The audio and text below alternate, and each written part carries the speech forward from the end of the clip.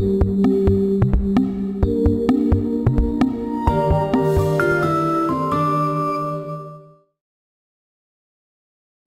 and welcome to Basics of CATIA.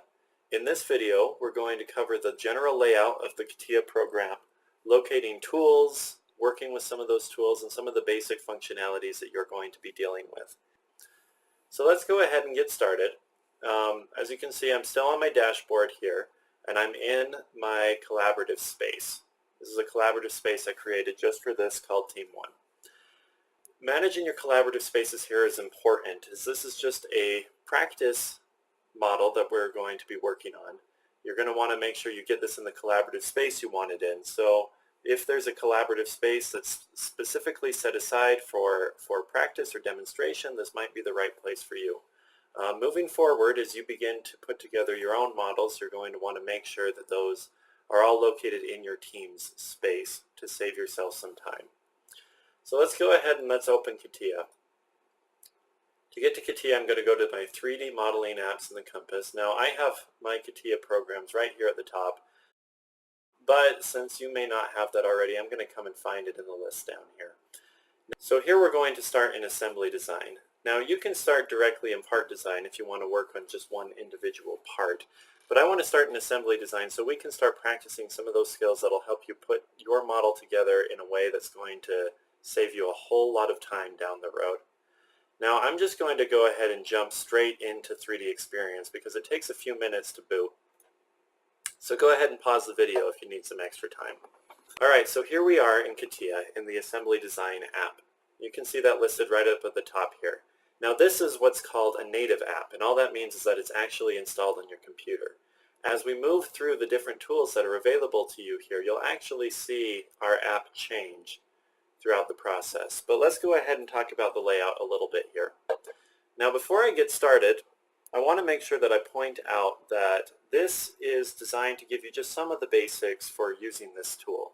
There's a process that you'll want to be familiar with called relational design, and that's going to be covered in another one of my videos. Make sure that you watch that video before you begin on your own project.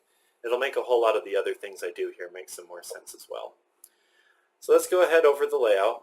Down here at the bottom is what's called the toolbox, and this just has all of the different little tools that are going to help me with assembly design. And it's organized into sections, which you can see by these little bubbles up here. Now this is the streamlined layout, which offers the least amount of information. I actually prefer to go with labels, so I'm going to right click on the toolbox down here and just activate both of these options, just to give me a little bit more of a description of what I'm dealing with here. That's going to make it a little bit easier for you to do as well.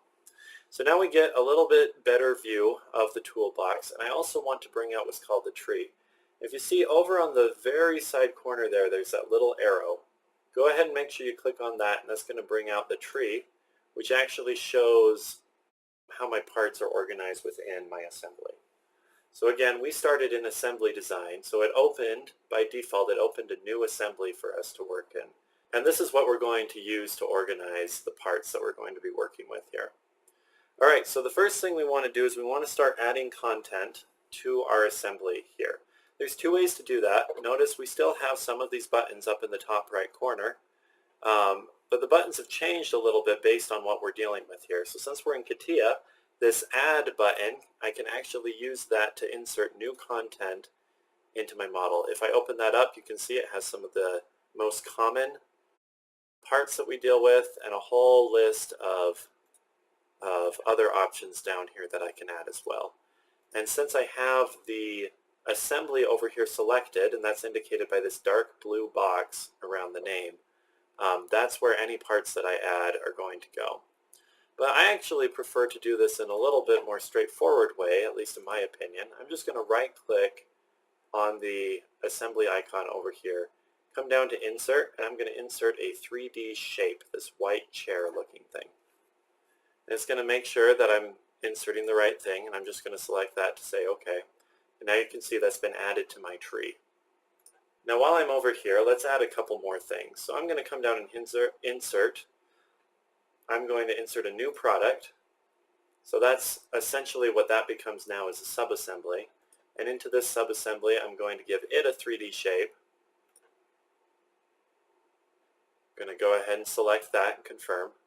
And I'll insert a 3D part as well. And as long as I'm over here, let's go ahead and rename this assembly. So I'm going to right click on it, come down to Properties. There we go, and it gives me this option to rename it. So I can just call it Practice Assembly. And it changes the name right there in the tree, as well as the tab to tell me that I am working on the Practice Assembly now. Alright, so let's talk about what I just did there. We have three different types of objects up here. We have an assembly, we have a 3D shape, and we have a 3D part. These are just designations that help me deal with the items I have saved in the tree, as well as help me save these as parts within my collaborative space. So an assembly is a pretty straightforward thing. It's essentially a collection of parts. And into an assembly, I can add sub-assemblies, I can add parts. I could add a part directly into this assembly instead of inserting one into this specific sub-assembly, and also 3D shapes.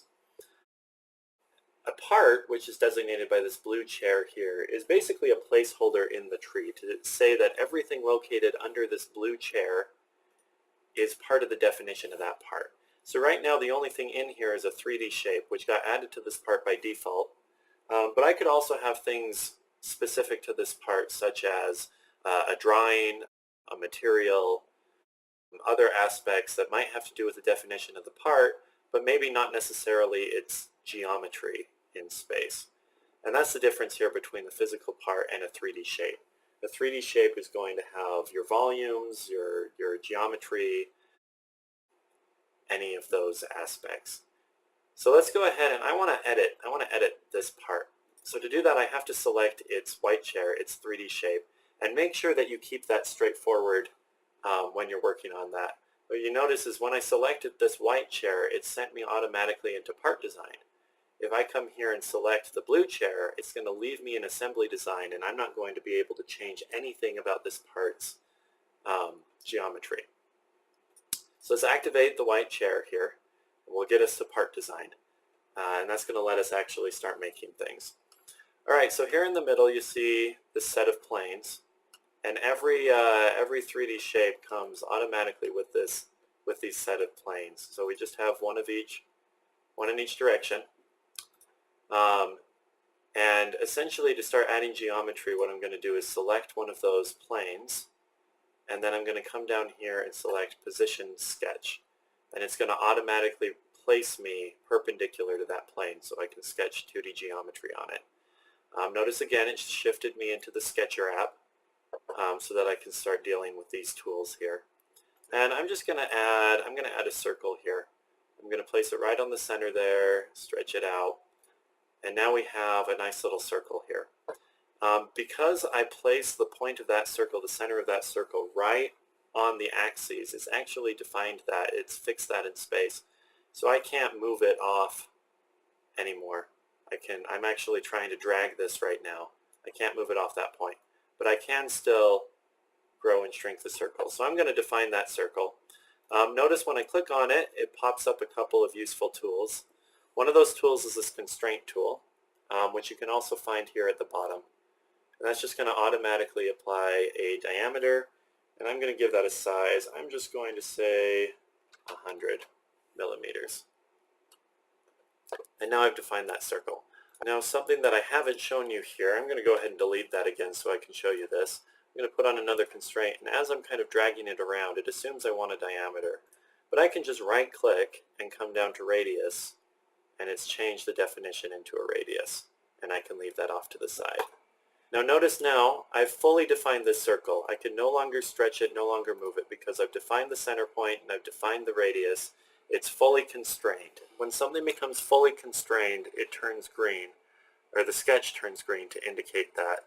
Now if I come here and I can try to put on another constraint, and it's going to by default assume that I want a reference constraint.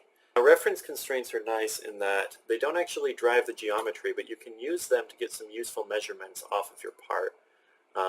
I can change this into a diameter in case I'm more interested in the diameter, but I still for some reason want the radius to drive that. Now again, it assumed that it wanted that as a reference, but if I come in here, I can actually change, I can double click on this and remove that reference measurement. And now what's happened is it's turned purple. And what purple means is it's simply over-constrained. And the problem here is if I can come in here and try to change this measurement, it's not actually going to let me because it recognizes that this is over-constrained. So keep an eye on that as well. I'm going to go ahead and delete that. And that's essentially it for the sketcher. Now these are just the basics. There are plenty of other tools down here to help you create more interesting geometry. And if you click on any of these drop-down menus, you'll get plenty of other hidden tools here that you can use. Again, you can always check up on those on 3ds Academy or in the documentation. But I'm going to go ahead and exit the sketcher for now. And we're going to focus a little bit more on this ring. Now this is probably a good opportunity to teach you the mouse shortcuts for navigating around your parts in 3D.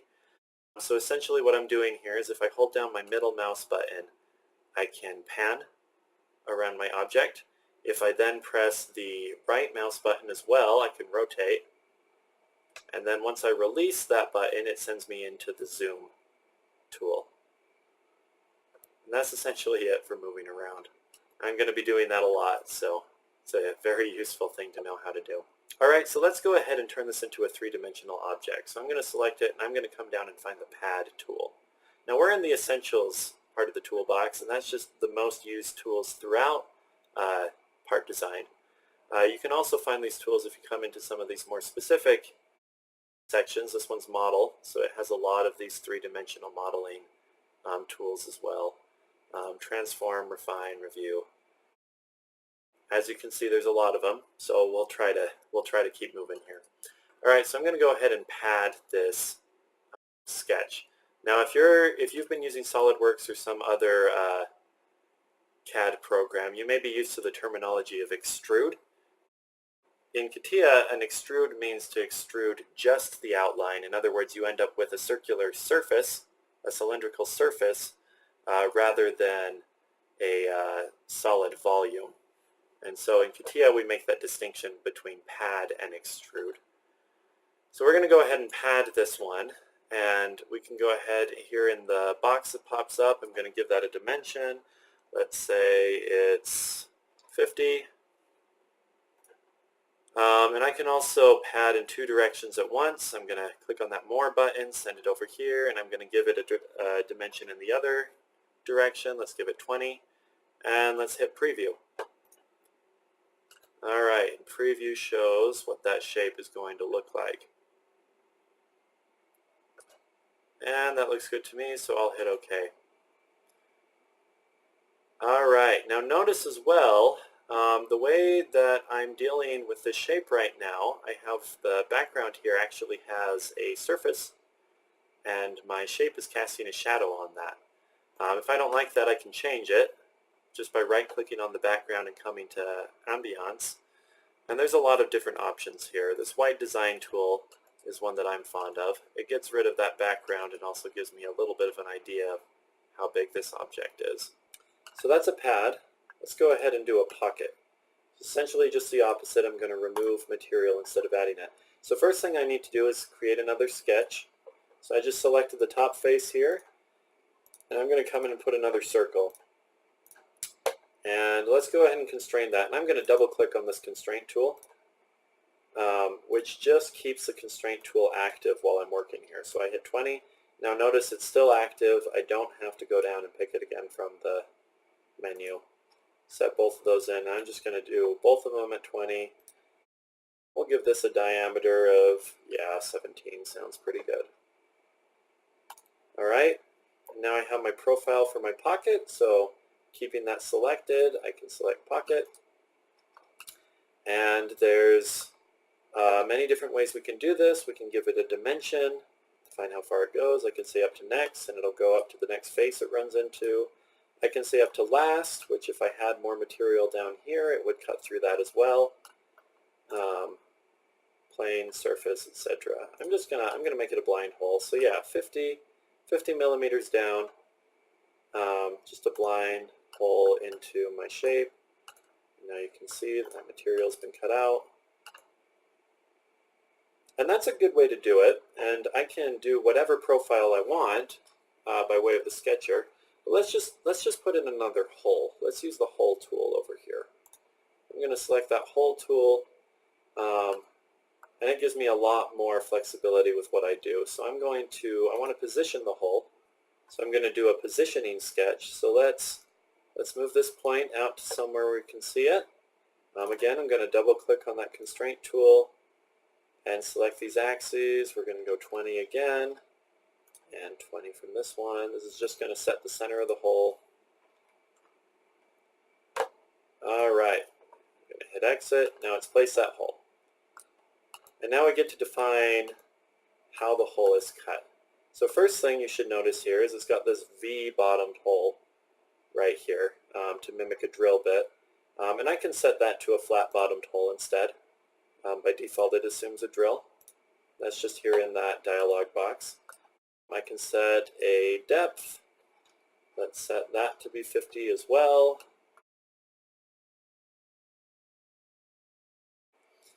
Let's go ahead and get a diameter. I'm going to go 17 on this one as well. I can hit preview to see how big that makes it. We've got two equal-sized holes.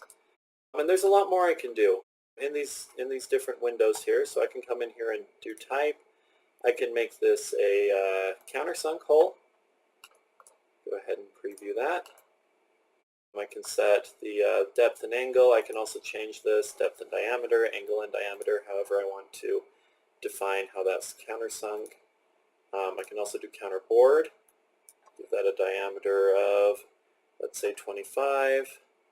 And select preview. There's a counterbore hole as well. And I can add threading if I need to add threading to this hole.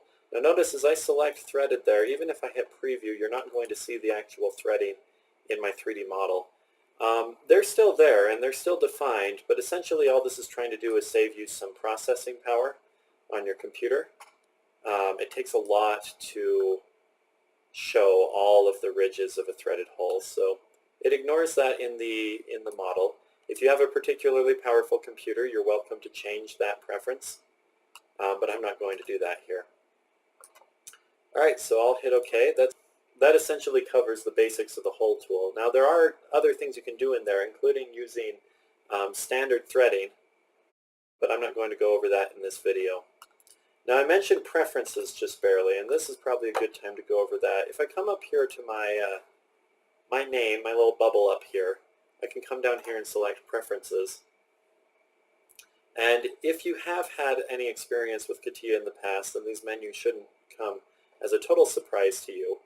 But just under preferences, under general and parameters and measure, this is one of the most common things that people want to change.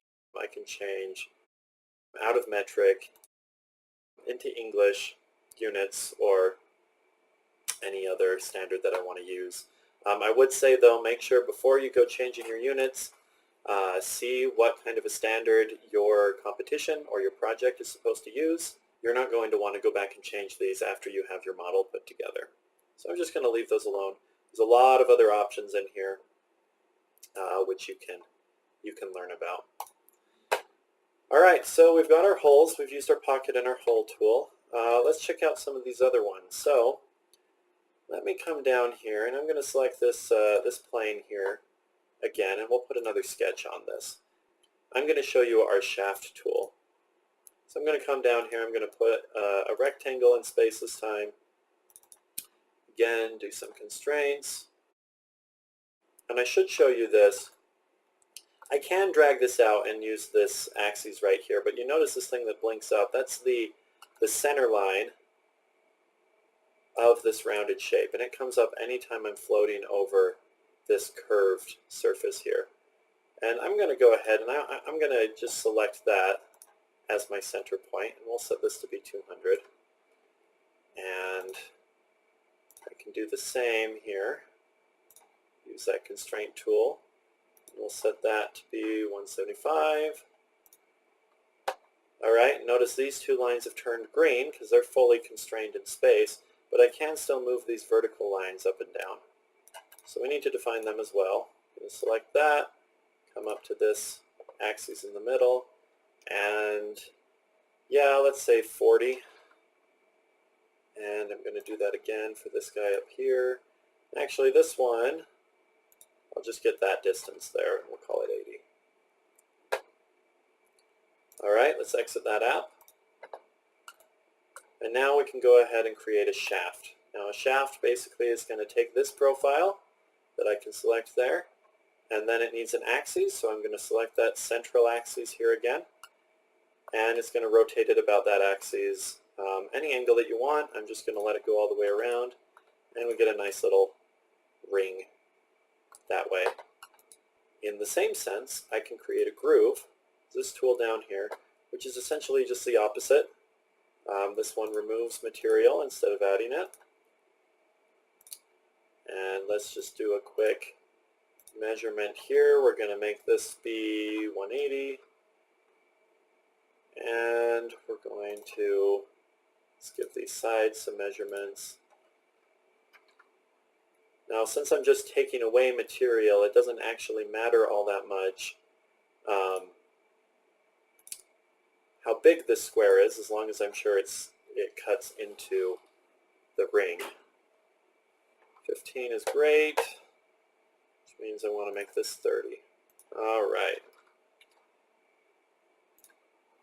Let's cut out of that, and then I can hit groove. It selects that sketch that I had. I'm going to select that central axis and hit OK. Now we have a nice little groove cut out of our ring. Alright, so that's a lot of the most basic functionality that you're going to have in CATIA. The last thing that we're going to cover is just doing some fillets and chamfering to this shape. So all I did was switch from Essentials into the Refine tool, which is just kind of going to clean up this, this design.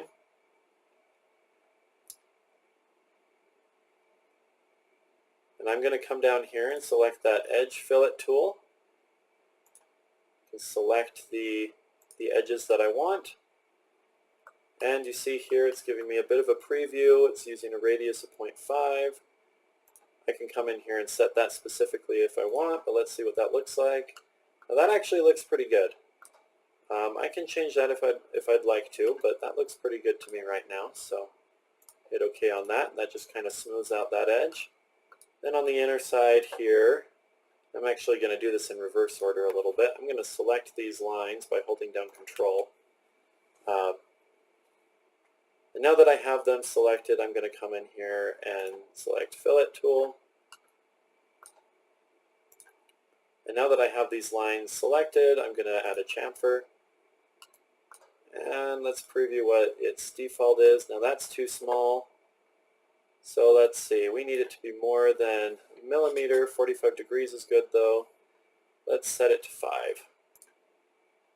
Alright, so we've set it to 5, hit preview, and we've added a bit of a chamfer on the inside there.